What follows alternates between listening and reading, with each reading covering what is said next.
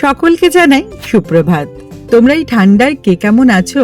আমাদের এখানে আজ কিন্তু বেশ ঠান্ডা, কনকনে উত্তরে হাওয়া, সেই সঙ্গে কুয়াশাবৃত সকাল। বুঝতেই পারছো ঠান্ডাটা ঠিক কেমন। রিয়া বেরিয়ে পড়লো ওর কলেজ যাবার জন্য। এরপর আমি নিজের কাজকর্ম করতে খানিকটা ব্যস্ত হয়ে গেলাম। তবে আজ আর আগের ট্রেনটা ধরা হলো না, পরের ট্রেনেই যাব। রোজকার মতো মন্দিরে এলাম। মন্দিরে এসে পেলাম আজকে প্রসাদী লাড্ডু। মনটা বেশ ভালো লাগলো। ব্যাগে ভরে তাড়াতাড়ি করে চলে এলাম স্টেশনে। স্টেশনে এসে দেখি রাধিকাপুর এক্সপ্রেস যাচ্ছে। এই রাধিকাপুর এক্সপ্রেস কোথায় যায় বলো তো? রায়গঞ্জে। রাইমার পাপাই যেখানে কর্মসূত্রে থাকে সেখানে। ট্রেনটাকে দেখলেই না আমার মনে হয় ট্রেনটাকে দাঁড় করিয়ে দিই, তারপর উঠে যাই আর পৌঁছে যাই রাইমার পাপাইয়ের কাছে। কিন্তু সব ইচ্ছে কি আর পূরণ হয়? যাব অন্য কোনো সময়, যখন সময় সুযোগ হবে। তাই ট্রেনটাকেই ভালো করে দেখে নিলাম। চোখের সামনে থেকে ট্রেনটা হুশ করে চলে গেল। এরপর আমার ট্রেন এলো। আমি তারপর ট্রেনে 2 ঘন্টা কাটিয়ে এখন পৌঁছে গেলাম বর্ধমানে। আজ যেহেতু অফিসে আসতে দেরি হয়ে গেছে, তাই খিদেটা প্রচণ্ড পেয়েছে। কিন্তু এখন অত খাবার সময় নেই, তাই দইয়ের মধ্যেই খানিকটা বেদানা দিয়ে খেয়ে নিলাম। খানিকটা খিদে নিবারণ হলো।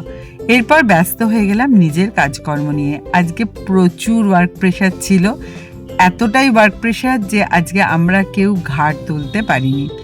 আমার তো কিছুক্ষণ পরে ঘাড়ে প্রচণ্ড ব্যথা করছিল। যাই হোক, আমার ভাইরা দিদির সেবায় সবসময় নিয়োজিত।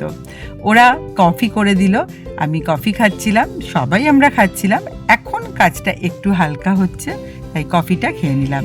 এরপর সব কাজকর্ম সেরে বেরিয়ে পড়লাম অফিস থেকে বাড়ির পথে। পৌঁছে গেলাম স্টেশনে। এই দেখো ডান দিকে আমার ট্রেনটা দাঁড়িয়ে আছে। 5:25 যেরকম থাকে সেই ট্রেনটা চড়ে আমি চলে এলাম বাড়িতে। চলো তাহলে এবার দরজাটা খুলি। যেই দরজা খোলার আওয়াজ পেয়েছে, আমার পেছনে কিন্তু আর একজন দাঁড়িয়ে আছে। গেস করো তো তোমরা কে দাঁড়িয়ে থাকতে পারে? আমি ঘরে এসে এক গ্লাস জলও খেতে পারলাম না, চলে এলো কুহু। আর তারপরেই শুরু করে দিল ওর ম্যাজিক দেখানো। ওর পাপা এই কানের এটা ওকে কিনে দিয়েছে, তো সেটা দিয়ে ও আমাকে ম্যাজিক দেখাচ্ছিল।